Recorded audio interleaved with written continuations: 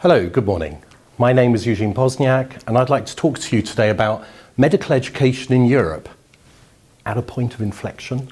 I'll put a question mark on there deliberately, but let's go through this. I am Managing Director of Siyemi Learning. We are an ACCME accredited provider of medical education based in Manchester.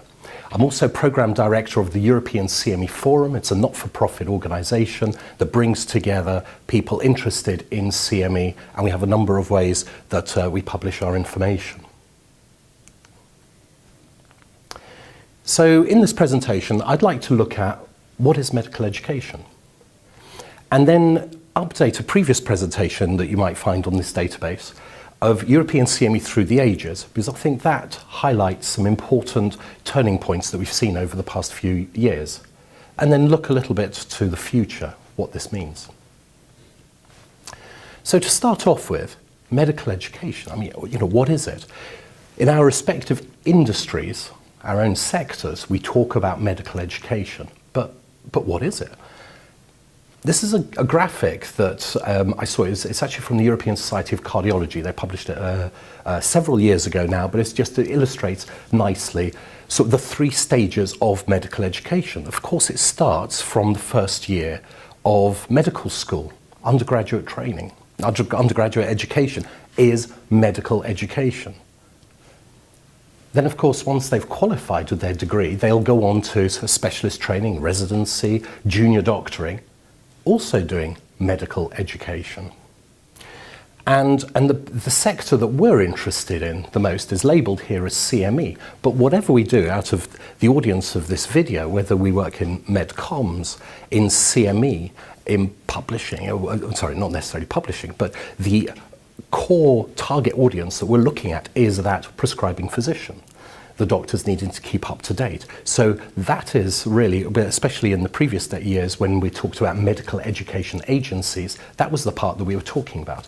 But I would just like to sort of bring that up and say, right, medical education needs to be approached with caution when we're talking about it from a business perspective.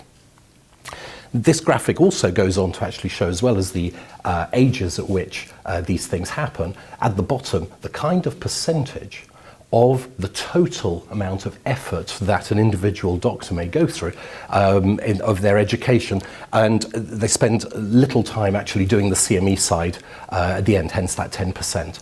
And that's really a starting point of a broader discussion on the role of CME itself. Okay. Now, over the years, I've mentioned that I'm the Programme Director of European Siyemi Forum. Of course, I set this up with Peter Llewellyn, who we know very well. And there was a time during our relationship when he turned around and said, you know what? This is now moving away from MedComms, that there's this disparity between the MedComms and CME worlds. And now we're starting to sort of see these differences crystallizing out. So the question is, what is the main difference between MedComms and CME? And it can be put quite simply like this. MedComms is industry controlled. CME is independently developed. Industry is not allowed to control CME. If you're working in CME, from the purest sense of the word, you're not allowed to do anything that's industry controlled. Industry controlled meaning industry commissioned, industry approved, any kind of checks, anything that goes through the approval system is industry controlled. But then there's still similarities. Of course, there's that grey area between as these differences are crystallizing out. But as I've mentioned, both primarily are active in this area of the post-CCT, CCST, completion certificate of specialist training, or the certificate of completion of training in the UK, that point when a resident, a junior doctor, becomes a consultant. So we're both active there. And also industry funding. On both sides, there is an element where the drug companies or industry are funding the education, the medical education in the loosest sense of the word, whether it's MedComms driven or controlled under the CME requirements. Industry funding, and this is really the crux of the whole presentation that I'll be coming back to. It's beset by challenges.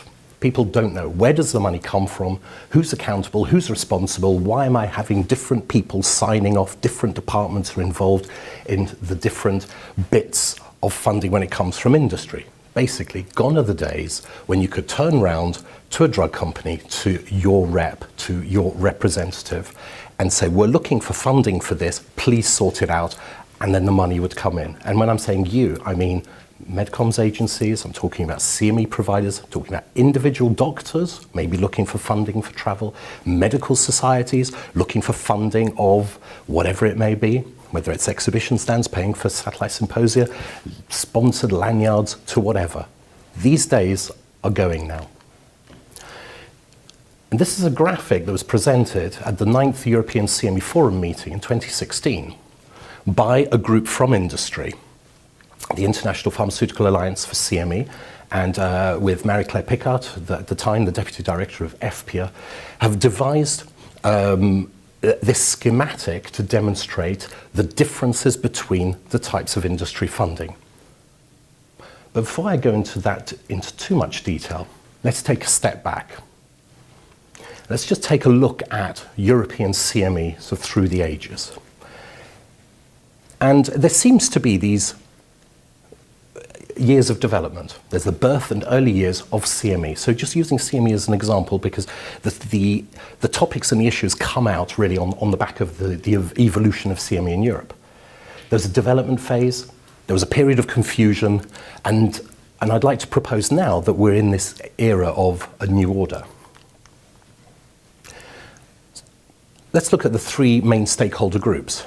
So on the left, you've got the medical profession itself, represented by medical societies and the accreditors. You can put in regulators, whatever, but let's call them medical societies and Siyemi. In the middle, we'll call them professional Siyemi providers and MedComms. And we'll see why MedComms is included in here in a moment. And on the far right-hand side, industry, both the pharmaceutical devices and diagnostics, represented by FPIA and MedTech Europe as well. So you've got these three stakeholder groups. So when modern Siyemi started, so it was around 1999, a load of medical societies said, why don't we do Siyemi? Let's set up the rules. In Europe, UEMS, ACOA, EBAC, from 1999, 2000, 2001, were setting their standards. It was possible as an organization, whether we were a hospital, university, a MedComms agency, we could apply to the accreditation body to have our work accredited for Siyemi. But you know, the providers, it was so young then, it was very rare for anyone to do it. It was usually the medical societies who were looking for the accreditation. And there are a few smaller organizations, but this was very much the early years. You had the guys, the innovators who were involved here, and there weren't many of them. But industry understood this, and they saw it as another way of extending their relationships, the commercial relationships they have with their target audience. In addition to doing whatever they did for that product or that disease area, they saw Siyemi as an opportunity to do something more. After half a decade, we started seeing a whole load of providers get involved. A lot of MedComms agencies were involved in the Siyemi, and there were a whole host of different types of organizations. There were advertising agencies, PR agencies, national, that were getting involved in the Siyemi. The profession, we're just thinking, well, hang on, what's going on here? We've got to control this. It looks like we're seeing product education here being passed off as Siyemi. This is not the intention of the Siyemi system. So they started becoming more assertive, and we started seeing more rules coming in saying we want independence. And this wording called unrestricted educational grant was there and being enforced. Industry just carried on. They're working within the parameters that are allowed, and they're just carrying on seeing this as a tool for extending relationships. But then something happened around 2010, 2011, and it was just a confluence of a number of things. The Bribery Act was enforced much more in the UK, and those across Europe. The Foreign Corrupt Practices Act came in the US. the Sunshine Act, which we know about, GPP2 was published, there were new promotional codes of practice, and even the HMRC got involved. They're saying there is a difference. If you do CME, it's different to promotion. But these are external people. So they started questioning, how is the money being spent, dear drug company? How are you spending money? Dear doctor, when you're receiving money, what is it for? It's income. You must pay tax on it, as the HMRC wrote to a load of experts in the UK in 2011. So this is happening behind the scenes, outside of our 3 stakeholder groups. But who would react to this sort of the first? And it would be industry. Industry now, if you're working for a company and your bosses are saying, you are accountable in your role to the organization to ensure you don't break the Foreign Corrupt Practices Act, for example, there's a lot of education that's got to take place and a lot of systems that have got to be put into place. Now, the main thing about the Foreign Corrupt Practices Act means that, very briefly to a European audience, it's a US-led legislation that says any organization which has a significant office in the US, wherever it operates in the world, must comply under US expectations and laws. If you misbehave in a foreign land, you're accountable, the US office is accountable to the US government. And this changed a lot of behavior of a lot of organizations. It's not just our industry, it's across everything. So during this period of confusion that I call industry, no, they want to be more responsible, but they're looking around for guidance. No one is helping them. So unilaterally, they're starting to come up with their guidance. Providers are seeing, hey, there is a real difference here. If you're doing CME, it's different to MedComms. And as I mentioned earlier, this is where we started seeing parting of the roads here. We have an emergence of the professional providers. So in Europe, we set up the Good CME Practice Group within the European CME Forum. And there is a need. We're doing something different as CME providers. And it's a different set of rules. And this new group needs to demonstrate that they're more professional. So all of this is going on. And meanwhile, the profession, the accreditation bodies in Europe, and the medical societies, actually, they're just looking on in confusion. They don't know what's going on. They're not part of the dialogue. They're not understanding these changes that are happening. Then in 2015-16, a couple of years ago, we're seeing the discussions now crystallizing more. We're seeing FPIA, MedTech Europe, was an amalgamation of the devices and diagnostics regulators. They ended up as MedTech Europe. And FPIA, the conversations are taking place in conjunction with drug companies to ensure that the regulations that they are coming up with do also comply with the objectives of the individual membership of their drug companies. We saw the introduction of responsible transparency by FPIA to complement the Sunshine Act. There's much more transparency on publication practices, reporting of clinical trials, all of this kind of stuff has all happened recently. And they've ended up either being unilaterally incorporated into the drug companies' operating procedures or certainly into the codes of practice that we see on a national level across Europe now. So what does this mean to our little graphic here? So starting from the right, industry is getting globalized more and more. We know this through the mergers, through the activities, the offices. They're carrying on with globalization and they want to have a single vocabulary for their business activities.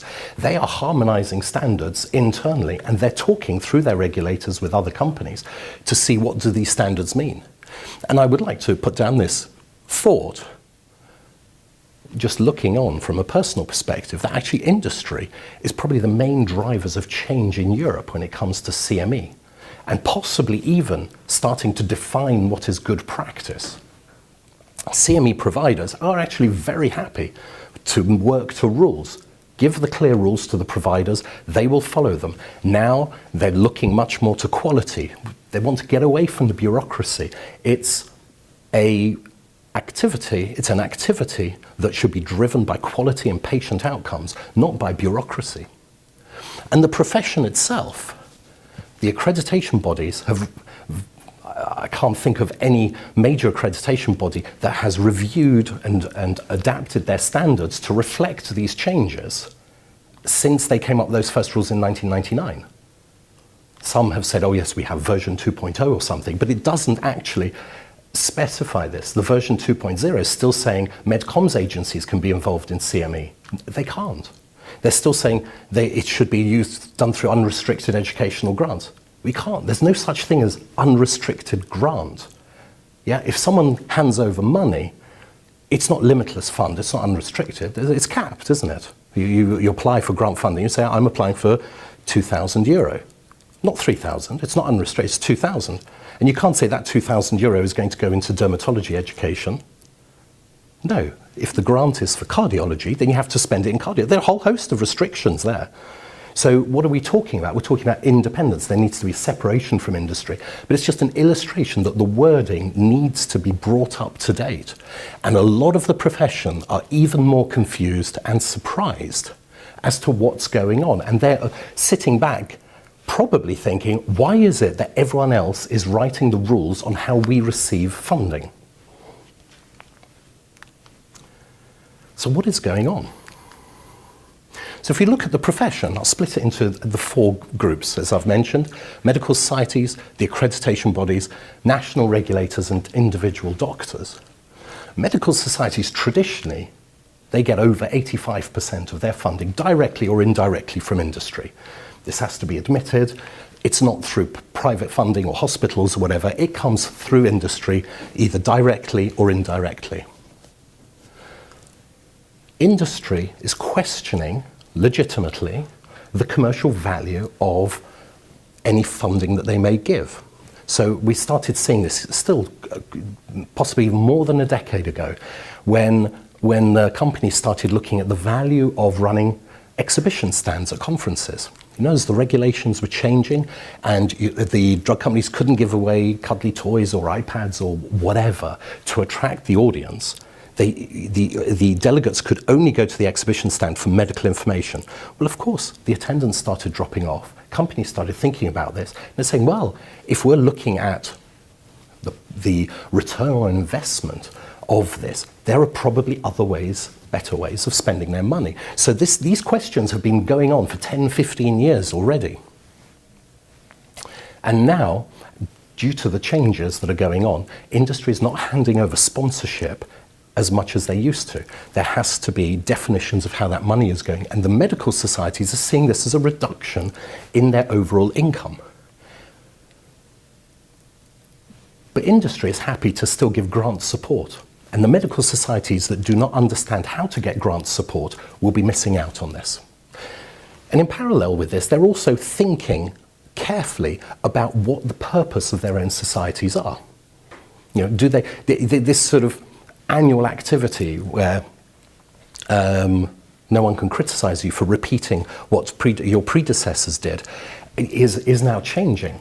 They're actually looking internally, thinking, well, we have a membership who pay a membership fee on the whole, directly or indirectly, but what is the value of our society to our membership? So they're questioning their own role, and education is coming up as a major answer for them. So they themselves are looking at themselves as CME providers. So they're more into the education, as in the continuing education end of the spectrum.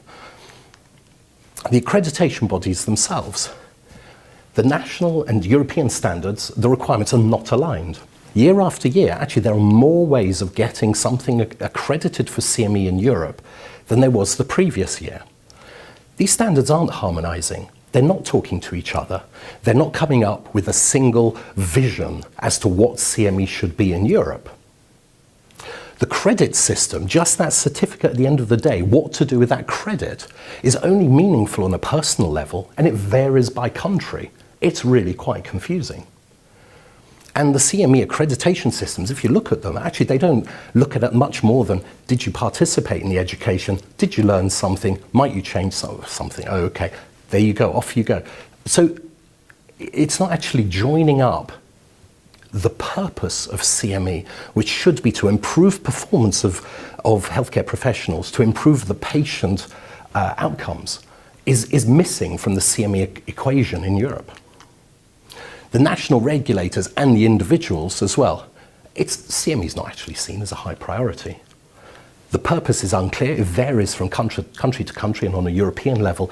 And in most cases, it's just seen as being a bureaucratic exercise that the doctors have to go through in order to fulfill some kind of requirement that some regulator is going to hit them over the head with. Now, the providers, I've talked about the professional Siyemi providers, and also that the medical societies are starting to become education providers themselves. But we're starting to see more of now is Siyemi taking place at a hospital level. There is an awareness that education needs to take place, and it's just a personal observation. I haven't seen any data or any further evidence other than while speaking to faculty members, there seems to be more thinking about how to do education in the hospital environment. And actually, that's something that we've seen in the US for many years now. But of course, altogether, we need, as a group of providers, to demonstrate that we're attractive for funding. And there are measures and ways of demonstrating how education can be effective. There are other presentations on this database that talks about Don Moore's outcomes framework here, where it's a lovely, clear way of demonstrating educational outcomes from levels 1 to 7, whereby it can inform the planning of the educational activity so that you can actually try and make the education as effective as possible. Industry, as I've said, they're looking to be more accountable, but they're also talking about their role in education and promotion. This is an area that's been very fuzzy for us all to date. How closely can they be involved in Siyemi? What can they control? How do they drive relationships? I've already talked about questioning the value of sponsorship, as a commercial activity. That's their business. That's what they need to be doing. But this grant support for medical independent education, which is a system that's very mature and understood in the US, needs to be clarified in Europe. And of course, they do want to have deeper relationships with their target audience. That's their business. That's the benefit they bring to the healthcare. And another sector that they're trying to define is, what does a partnership mean? So we come back to this graphic from 2016. In fact, this was further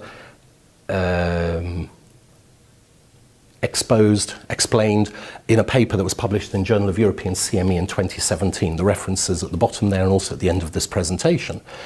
And they've created these 4 lozenges of how industry can fund medical education. And this seems to be a very logical way and a clear way of explaining within our European framework of how the money actually flows. So if you go to the blue box to the right, you think of a drug company, what's their job? Their job is to sell product. What do? They fund education about product-specific messages. We have drug X, this is how you prescribe it. That's company-controlled. It's on the right in blue. Over the years, the whole MedComms industry has understood for decades now that actually that's not necessarily enough to get the message across. Drug companies are also involved in disease area education. How can you actually talk about one product when maybe there are 30 products involved and it's only that product is useful under certain conditions? Actually, the drug company needs to invest in education in the whole disease area. Not necessarily promoting one product, but certainly educating the healthcare professionals on the context. So that's the bottom box, the company-initiated professional development. And they've called it professional development. The industry group have called it professional development. But these are the medical disease programs, very important for the healthcare professionals to understand what to do. Industry is funding this. It's industry controlled. They determine the subject matter and how it's presented. And they've proposed now a third lozenge, the orange one at the top, independent medical education.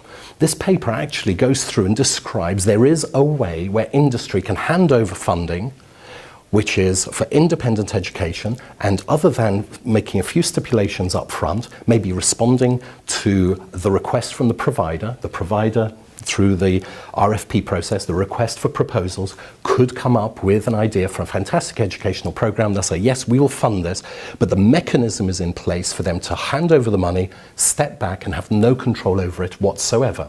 So there are some strings attached, but they're only at the beginning in a completely transparent way. And independent medical education is then the kind of activities that can be certified for CME, can be accredited by that route. Collaborative partnerships is something outside of our scope, really. That's really a framework how drug companies can work with groups like medical societies or hospitals.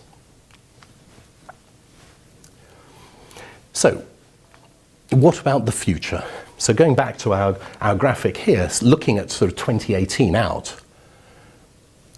So if we stay with industry for a moment, we are through this time of change. We're expecting that graphic and that paper to be adapted, modified, and evolve into guidance from FPIA to look at European standards, certainly. And on that kind of model, there are also US-based people involved in that discussion. So no doubt if we're going to have US-European standards aligned, it's going to be pushed out globally.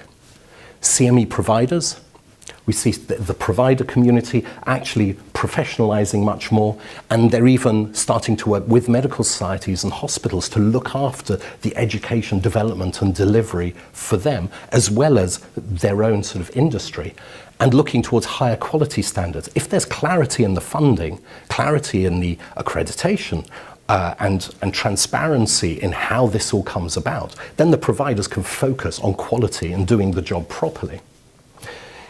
There is a problem, though, that nationally these kind of systems are lagging behind, and some providers on a national level are still working promotionally, with industry funding that industry controls. So this is something that will still be a problem for the next few years.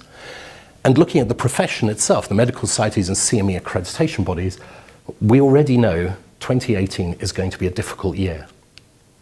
Whichever conferences you'll be going to during the conference season, you will hear that there's been a reduction in funding.